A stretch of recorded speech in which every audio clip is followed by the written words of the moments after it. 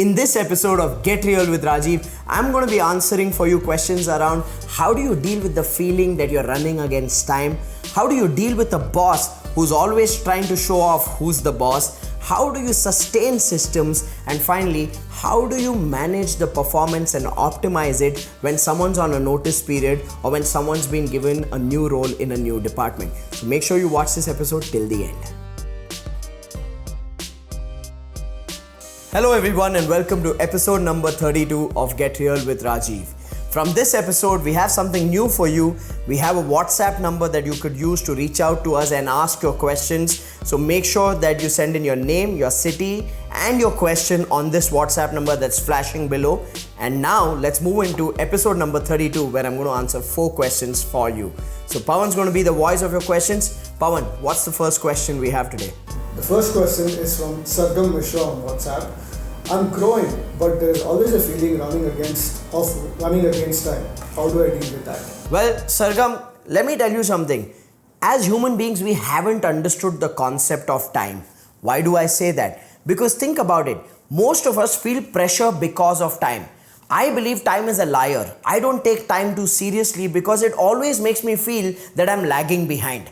I rather use time to time my productivity than to sit and judge my progress. Please understand this. Do not use time as a method to deceive yourself and beat yourself up saying, oh my God, there's so much more to do. Instead, use time to reflect upon how you have been productive and what you have gotten done. So use time for gratitude, not time for repenting what is not done, because you will always have enough work. So it's more to do with how are you using time? How are you relating to time? So I'm going to say this. If you're growing, that means you're making progress. All you need to do is spend more time in patting yourself on the back and feeling grateful for what you have done rather than feeling worried about what you've not done. It's less to do with time. It's more to do with your direction of thought, Sargam. I hope that helps you. Let time not control you and deceive you. Use time to move forward. That's all I would say. Yep. The second question is from Prince Joseph on LinkedIn. You talk a lot about how to handle situations with subordinates. However, sometimes we see that bosses get into micromanaging and get carried away with emotions, or sometimes they just want to show who the boss is and then start dominating. What should we do in such a situation? Well, Prince, all I can say is I empathize with you, my friend. I mean, the number of capable leaders on this planet is very, very few in comparison to the number of incapable leaders. That's a statement of fact, and I'm willing to debate that with anybody who has a problem with that statement. If we had better leaders in every strata, in every sphere of society, the world would be a much better place. Starting from politics till our workplaces, we suffer from a leadership crisis today. So just in case you run into just another common leader who wants to show off that he's the boss, please understand firstly that's a sign of insecurity. And if you're a manager and you're busy showing off to people who's the boss, then please know that you're the most incapable, incompetent, inconsistent, and whatever other in word I can think of, that's what you are. Because think about it, a true leader is one who lets other people shine, not a person who wants to be the hero and shine himself or herself. Now, unfortunately, in a lot of organizations, people have looked at leadership as a position of authority rather than a responsibility. So, Prince, if you run into such a manager, here's what I would do. I would build rapport, build a connection, a casual connection, so that my permission to speak the truth and give feedback to my manager increases. And a wise man always listens to his team members. So if your manager is listening, I hope he listens to you and takes your feedback. But if your manager does not take your feedback and they keep intruding, they keep interfering, of course, be kind, be casual in your tone. Don't use a complaining approach, because by adding a tone of complaint, you will only trigger more emotions, which will distract us from the main objective, which is to resolve this pattern of behavior of being over intrusive or trying to show the boss is always right. So every time you communicate with your manager, use a tone of care and connection rather than complain and blame. And even after that, if the person's not responding well to your responsive feedback, just know you've encountered just another jerk on the planet. People don't leave workplaces, they leave their managers. So that's good enough reason for you to find a better leader or a better manager. My prayer, my folded hands request to all managers on this planet, you have a huge responsibility. Just be more responsive, be more open, be more aware, allow people to shine, automatically you will shine. But if you're busy trying to wear a cape and show off that you are the hero hero, guess what? You are just another zero. So that's a very candid appeal to most managers watching this video. Let's move on to the third question. The third question is from Pawan Sabria on LinkedIn. How to manage optimum performance in the following situations? A. During notice period of an employee. 2.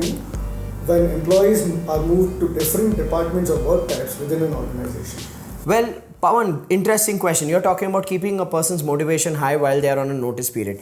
Here's how I look at the notice period. For me, when a person's serving their notice period, my biggest need is to get rid of them ASAP, which means whatever transition needs to happen, I focus on it and get things done. Because a lot of companies have this thing of, okay, you have to have a 1 month notice period or a 2 month notice period before when you leave. I find that very, very unproductive, because that person's coming in with a switched off energy on a day-to-day basis, and that person is kind of spreading that switched off energy to other people, making them cynical about the workplace, skeptical about the workplace. So my only use of a person the moment they made a decision to leave is to transition the data, work and information, and I would do that in a focused turbo speed manner so that I don't have to have them in the workplace for a long time. So I save the rest of my team from that negative energy, from that switched off energy. Having said that, if the terms of your employment requires you to pay people for that notice period, it's okay to pay them to not come to work as well. That's also acceptable and fine. Which means if by policy you have a 2 month notice period for any employee who's exiting, try to get the transition done in 2 to 3 days in a focused manner and pay that person for 2 months and let them not come to the workplace. I feel that's a much better equation and much better way to manage at least the energy and motivation of everybody else, if not the person who's leaving. So that's my solution to the first scenario. The second scenario being, how do you manage the motivation of a person who's moved into a new department, or how do you optimize the performance of a person who's moved into a new department? Well, allow that person time to settle into that department, which means don't start your productivity measurement on the day they move into the new department. Allow them time. Make sure you have proactive conversations of support. Give them that support of new learning, new knowledge, new inputs, and be more empathetic, because it's a new game that they are playing. So come in with empathy rather than coming in with a measurement scale saying, okay, let's see whether you're performing in this new department or not. I would say that you need to understand that most people are doing the best that they can on a day-to-day basis. So let's give them the benefit of doubt and allow them to settle into the new game before they actually start showcasing their performance. So I would say the best way to optimize performance for a person in a new department is empathy, not constant pressure. I would use a lot of empathy so that they build their confidence, and then we build on the momentum of their confidence for higher performance. That's just me and my ways of doing things. Pawan, let's go to the fourth question. The fourth question is from Ashna Shah on WhatsApp. How do you sustain systems and ensure people follow the systems? Well, Ashna, you've asked me $1 million question. How do you sustain systems and how do you ensure people follow systems? Well, I would say the process of creation to sustenance of systems has multiple stages. The first stage is the creation of the system itself. When you are devising a new system in a department or a certain function of your business, the first step is the creation of the system, and the creation starts from creating the objective. Why do we need the system? A lot of times people don't have an objective. They just are obsessed with this word system, so they end up creating systems. So you have to create the objective and then the system in itself. That's stage one. Then the second stage is called correction. The system you've created has to be tested in real time, because in theory, on paper, everything looks nice. But when we take it down to implementation, that's when we see new challenges. We see challenges of capability. We see challenges of the work becoming more complex. So the key is in the correction stage to see how a system can be simplified so that it can be sustainable. So once creation is done, then correction, where we should not judge the failures of the system and discard the system. Neither should we judge people and say that you failed at implementing the system. We just got to take a tone of correction saying, what can we do better? How can we make it more simplified? Now, once you do the correction part of it, then comes the culturization of systems, which means that you got to make the system a way of life or a way of working. Now, how do you do that? This is where the role of a team leader or a manager or a business owner comes in. This is where you have to drive the system. How do you drive the system? Constant reviews, whether we are following the system or not. Constant discussions of what are the challenges people are facing with the system. Constant reinvention and innovation so that people's confidence and compliance with the system goes up. So the culturization requires a lot of conversation which is consistent, and this is where most managers and leaders fail. They create a system, educate their team members, and expect their team members to follow the system forever, and when people don't follow the system because the manager is not following through, they start blaming the people or they start blaming the system. The blame is not on the people, neither is it on the system. The responsibility is on the leader to drive the system till it becomes a permanent behavior, till people start seeing enough benefits to not want to let go of the system. That is where leadership plays a very important role, Ashna. So I hope you got the 3 stages: creation, correction, and then culturization. I don't even know if there's a word like culturization. I'm creating it, so just use it. So that's my response to the 4 questions for this week's episode number 32 of Get Real with Rajiv.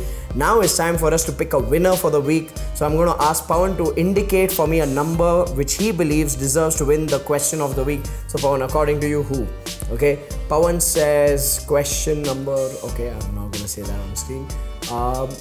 I would say let's give it to question number 2. So question number 2 was from Prince Joseph on LinkedIn. From Prince on LinkedIn, where you spoke about how do you deal with a boss who's actually not being a boss but wants to be the boss. So Prince, you're going to get a copy of my book Lead or Bleed. Make sure you enjoy the read. Gift it to your manager. I think it'll be useful to your boss as well.